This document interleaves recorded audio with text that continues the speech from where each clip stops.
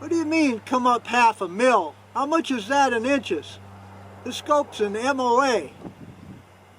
Speak American, American standard, not that European metric system. Folks, sometimes I'm confused by that myself. But today we're going to go over what is the example of a 6.5 in the metric system that's truly not a 6.5. Come back, folks, we'll talk about that in a minute.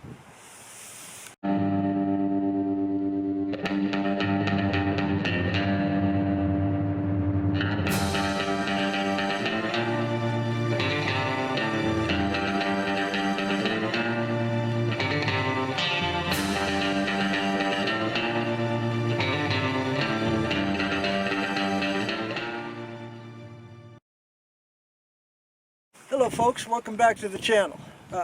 Watching videos sometimes people are talking in metrics or talking in American standard of measurement. Today we're going to talk American standard of measurement. What is in between a .243 caliber and a .264 caliber? That's right, the .257 caliber. But did you know in metrics it's actually a 6.5?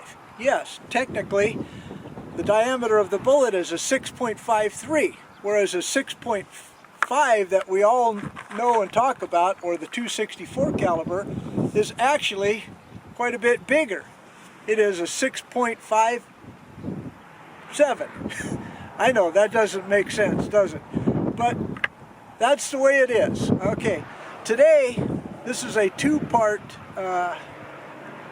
talking about units of measurement, but also I want to kind of show you the value of the .257 or the 6.53 in terms of an in-between cartridge that is sometimes superior. It is superior, in my opinion, to the .243 by a bunch.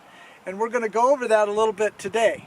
Also, I'm going to pull out my 6.5 Grendel, which is a .264 caliber bullet, because I want to go ahead and use a measurement on that as well to share with you.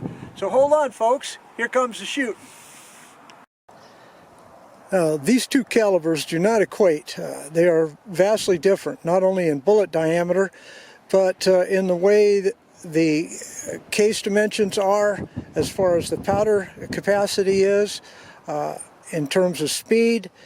Everything's different, but the 100 grain bullet is similar as far as grain weight. Again, the similarities between the two rifles, they're both semi-automatic. However, the Browning BAR is a gas piston system. The 6.5 Grendel is a direct impingement gas system. So they're both semi-automatic. All right, let's get to the shooting and see how these two calibers compare. Remember, they do not equate, so there can never be equal. Everything's different about them. That's kind of a trick question. What is in between a .243 and a 6.5 millimeter? Smack dab in the middle is a .257. In my case, 25-06.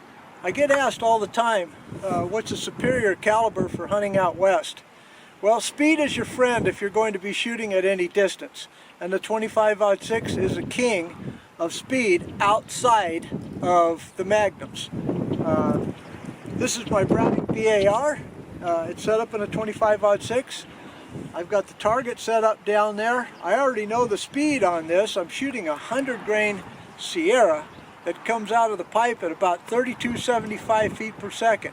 Quite a bit faster than my 6.5 Grendel, which comes out of the pipe at about 2600 feet per second. I'll show you the chart at the end of the shooting, but first, here's the first three shots with the Browning BAR. Okay, I've got to give you a caveat. This is a cold bore shot. I haven't shot this rifle since last hunting season, so I don't really know where these three shots are going to hit, but you're going to see it. Here we go. About a 15 to 20 mile an hour wind. You might hear it on the windscreen. Sorry about that. Here we go. Be the target on the left.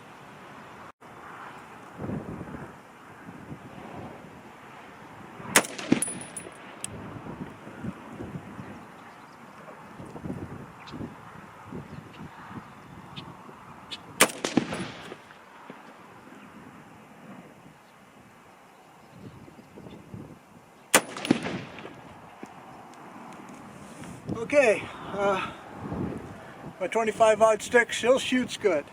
Now just think about that, folks. I'll show you the chart after I'm done shooting, after we analyze the target. But let's go ahead and switch over to my 6.5 Grendel now, which is a 264 caliber bullet.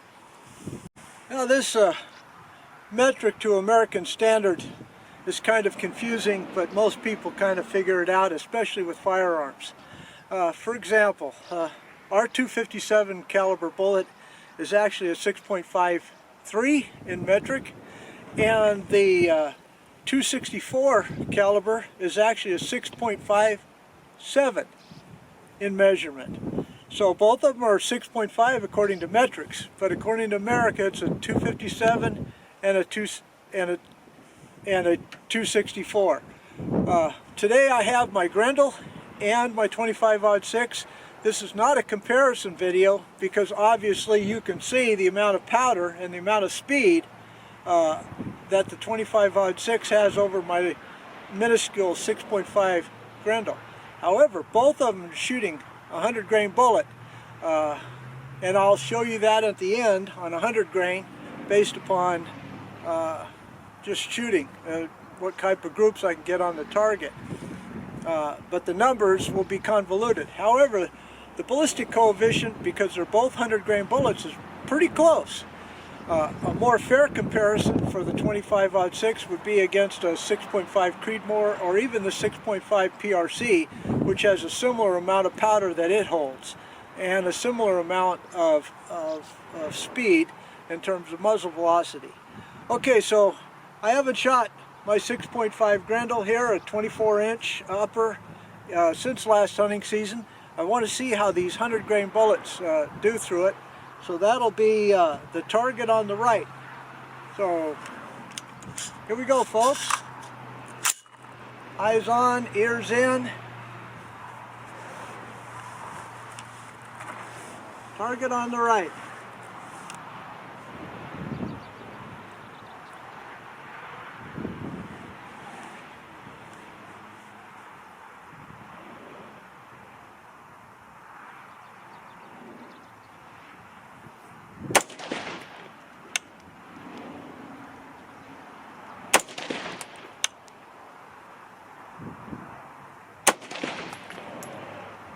Okay, the 25-06 grouped a little bit better.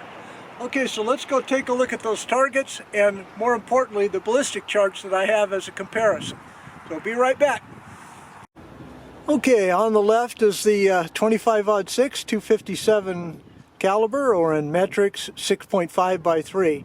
That's a pretty good little group there. These are 1-inch grids, so that's about 3/4 of an inch. All right.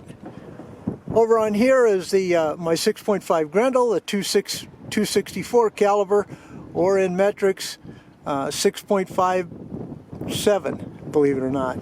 Okay, so now let's go ahead and take a look at the actual numbers on the ballistic calculator, because this is sort of interesting and probably will be interesting to you.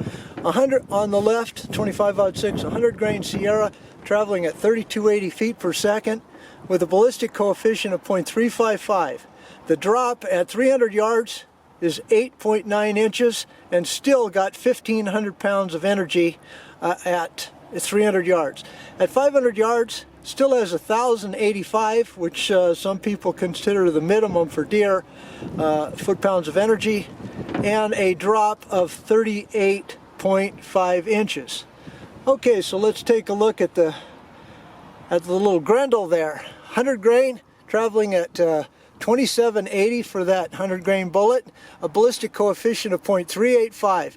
At 300 yards, I've got 1,000 foot-pounds of energy and 13.5. At 500 yards, it's dropped clear down to 789 as far as energy and a drop of 55 inches. Again, this is not a real good comparison because obviously the 25-06 has a heck of a lot more powder. But the drop is what's important. At 300 yards, not too bad. 13.5, 8.9.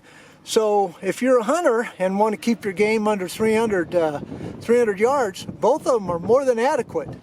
Okay, folks, if you like this content, give me a thumbs up. Had to take a little bit of a break for a while because it was too hot and work got in the way. But I appreciate you watching. Don't forget to subscribe. Leave a comment if you will. But God bless y'all. Thanks for watching. Goodbye.